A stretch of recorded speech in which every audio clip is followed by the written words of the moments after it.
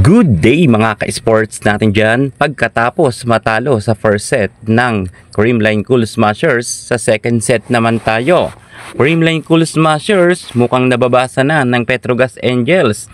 Sunod-sunod rin ang error ng Creamline Cool Smashers, kung kaya nga medyo nakalamang talaga ng husto ang Petrogas.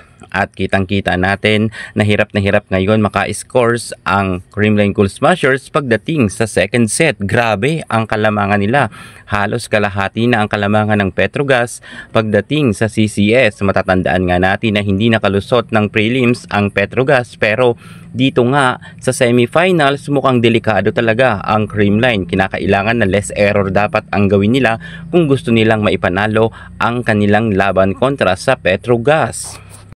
Lalo't mainit nga ngayon si Brock Van Sickle, kinakailangan pigilan nila ito kung gusto nilang manalo. At bago matapos ang second technical timeout sa second set, lamang ng 4 na puntos ang Petrogas. Sobrang dami ngang nanood sa arena. Pinaupo nga muna si Gemma Galanza at pinalitan ni Phenom superstar Alyssa Valdez, kung saan 2 puntos na sunod-sunod na naka-score nga si Alyssa, kung kaya naitay na nga ang scores. At pagkatapos niya naghiyawan nga ang mga fans ng CCS.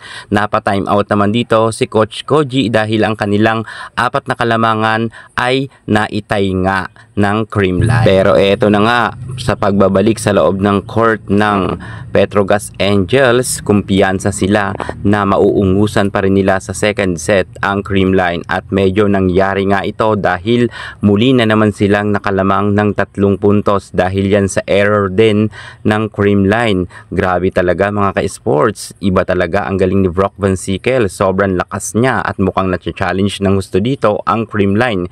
Kapag nanalo ang Petrogas Angels, sure ball na baka talaga ma-straight set sila. Grabe mga ka-sports natin dyan, nauunahan lang talaga magkaroon ng set point ang Creamline Cool Smashers, kung kaya medyo naghahabol talaga ang Creamline dahil nga sa kalamangan nga ng Petrogas Angels, medyo talagang hindi masyado makahabol ang CCS. At Jonas Sabete nag-angas na, at talagang napakaganda naman kasi ng laban para na tayo nanonood ng Battle for Gold. Sobra talagang kumpiyansa ang CCS, pero mas kumpiyansa ang Petrogas. Congratulations sa Petrogas Angels, nakadalawa na nga silang panalo. Nagtapos ang score sa 22 at 25.